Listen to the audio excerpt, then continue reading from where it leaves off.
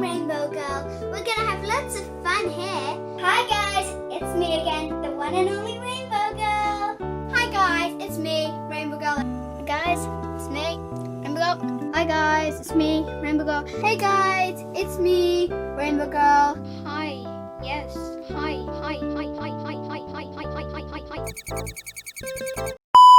Hi there. Hi, yes, I am back. It's me, Rainbow Girl. I will see you guys whenever I decide to actually post again. Bye! Bye! Love Rainbow! Whenever I decide to actually post again.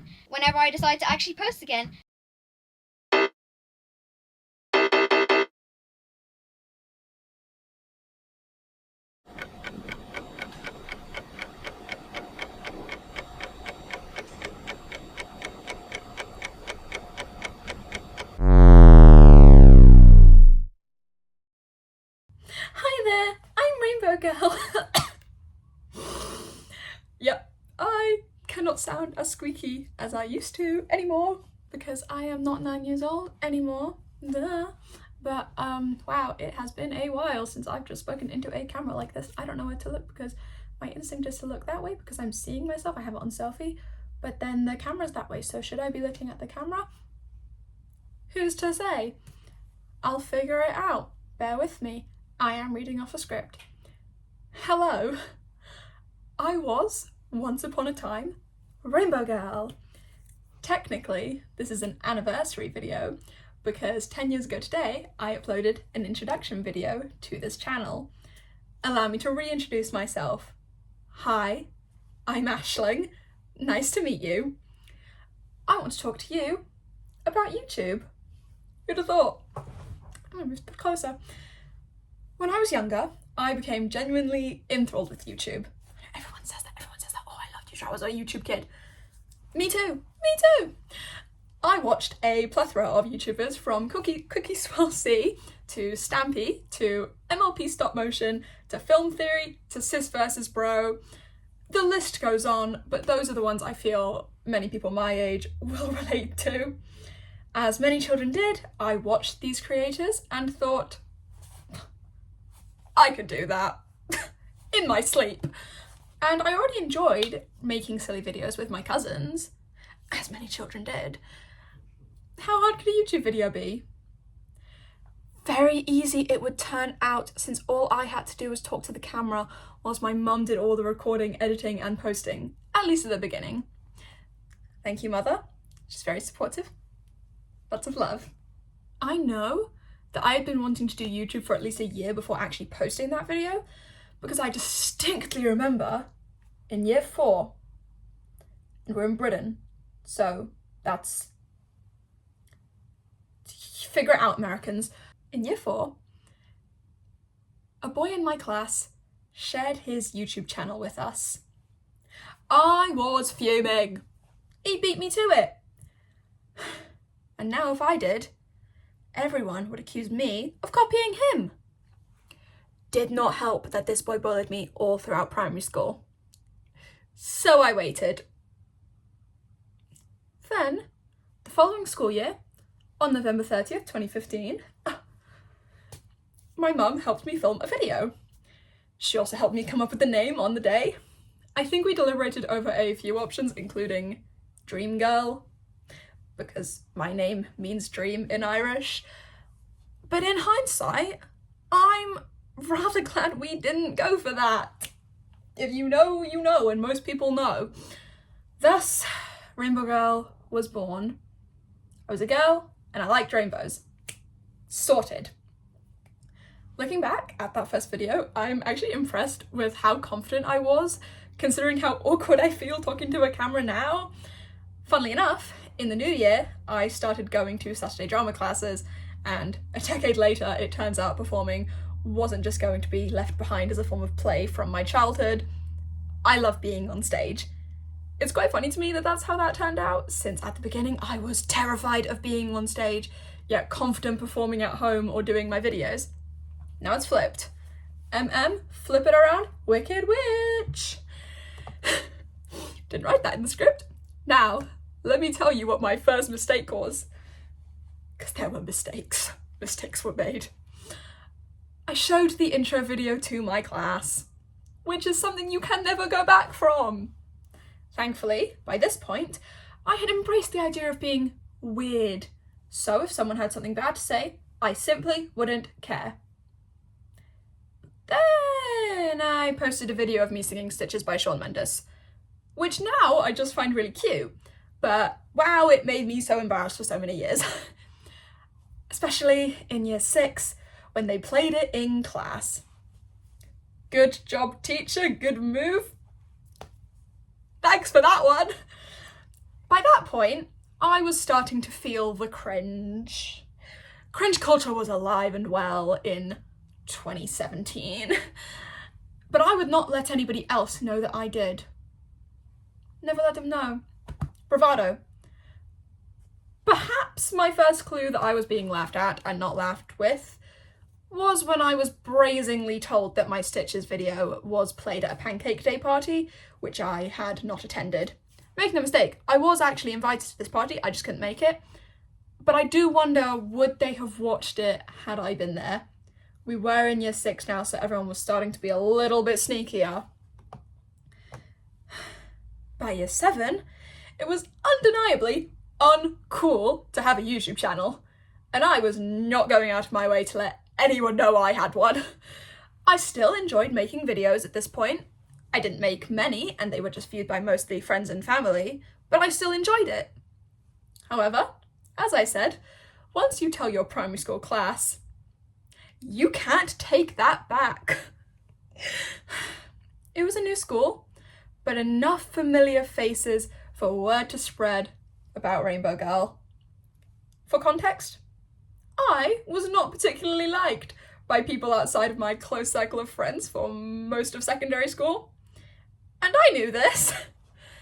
I genuinely tried to deny that the Rainbow Girl channel was me at first. I was like, oh, I've got doppelganger, that's so crazy, what do you mean? Nah, like, people from my primary school, they're just lying, man. Like, that's literally not me, that's not me. Because I was an increasingly insecure tween. We were all on the social medias by this point. It was getting rough out there.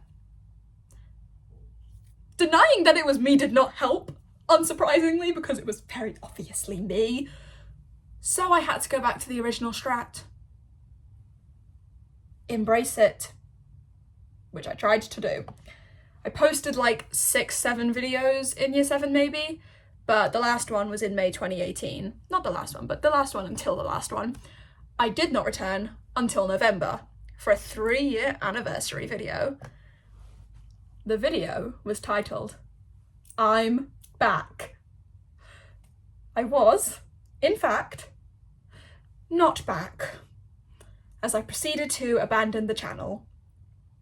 The final straw for me was when the I'm Back video got played by a classmate who held their phone up for everyone to see on the coach for a school trip. Every video got private and Rainbow Girl was no more. It was pointed out by another classmate that my last video being called I'm Back when I clearly wasn't was ironic, and that was not lost on me. He even suggested I make another video called I'm Gone. Whilst I do have to concede that that would have been funny, I was not up for being entertainment for those who low-key bullied me and those who definitely bullied me anymore. Like that guy who suggested that, he wasn't like low-key bullying me, but he was making fun of me. He was part of that, like, he was doing that because he wanted something to laugh at. However, I wasn't done with YouTube. Oh, no. The days of Rainbow Girl may have passed, but one thing I had always loved to watch and make was gacha stories. Oh yes, I'm a gacha kid. Oh yes, I abandoned my channel for an entirely new one and told no one. Will I name this channel? No, because even though my uploads have become increasingly sparse over there, sue me, I'm trying to get a degree. I quite liked having an alternate persona that was just for me and my safe space to express my creativity. What I will say about my gacha channel, and this is fun lore I like to tell new friends and now I'm telling anyone watching this video, is that I uploaded a mini-movie and then didn't log into the account for about 6 months, I had not even told my mum about the account at this point because I was like, she's gonna think it's cringe. She did not think it was cringe. When I did log back in, 13-year-old me was shocked to find that the mini movie had acquired 6,000 views. All my Rainbow Girl videos, the video that was most viewed was the Stitches video with 1,000 views. All my other videos were like 40 views, 200 views. The 1,000 views was just because they all kept watching it. 6,000 views on something I had made. So I told my mum because I was like, Mum, this is kind of crazy. And she was like, where have you been hiding this channel? And I was like, yeah, whoopsies, but I'm telling you now, ha ha ha ha ha. Had I not briefly discarded the channel, perhaps I could have capitalised on this, considering the video ended up reaching 80,000 views. But alas, the chances of being a famous gacha tuber were squandered because nothing else took off after that. I don't know, one-hit wonder I like to call myself, of the gacha community. Pretty much, for the past 7 years, I've debated with the idea of posting videos of myself again. In the past 5 years, the idea of being a Minecraft YouTuber has really enticed me again, as something I've always loved. Even before I downloaded the game, I was obsessed with Korean, Stampy popular MMOs. As I said earlier, the list goes on. The issue was, despite my bravado of not caring what anyone thought of me, I was always too scared that people I knew would find it and they would once again use it to make fun of me. The last thing I wanted to do was to draw attention from people who did not like me. Yet here I am. Over the past year, especially as I started university and was living away from home for the first time, I've really been considering trying to make YouTube something that could happen. It, of course, helped the idea in semester 1 of first year that I didn't really know anyone. In semester 2, my confidence increased exponentially. I'm still super nervous about making this video, but after getting back into posting TikToks and receiving positive energy from all the new people I've met, I've realised that it is possible for people to like things I make. I still didn't post anything until now though. I was too busy settling in and finding my place in this new chapter of my life. It was just earlier this week that I realised it was about to be 10 years since I first said, "Hi there, I'm Rainbow Girl." And frankly, that was the kick I needed to get me to write this script and set up my phone. In January of this year, I had already made the sequence that opened this video, so all I needed to do was commit. And here I am. So what now? I hear you ask, with bated breath. Well, I'll tell you. Or will I? So what now? This is not an answer that screams commitment. But I don't know. But I do have ideas. I want to treat this like a hobby, the same way that I did when I was little. I feel like with what YouTube has become, everyone wants to make it work. And of course, that would be fantastic.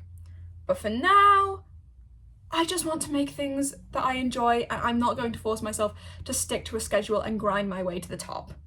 I just want to make things I enjoy and hopefully reach some people who will all enjoy